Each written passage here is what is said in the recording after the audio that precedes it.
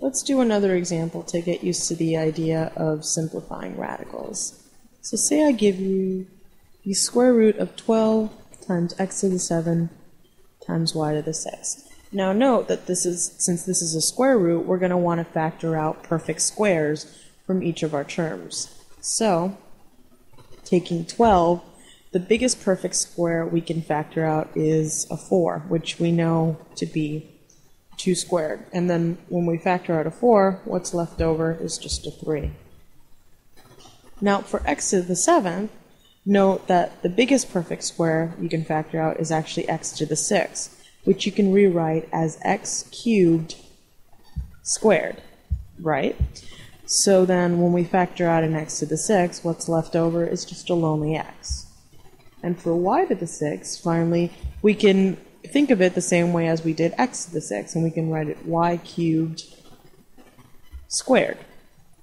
So now, I'm going to split up this radical into 2 different radicals.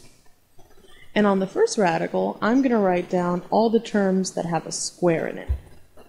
So these 3 terms. So 2 squared times x cubed squared times y cubed squared. Oh, whoops, I should have made a little bit more room, but you know, what can you do?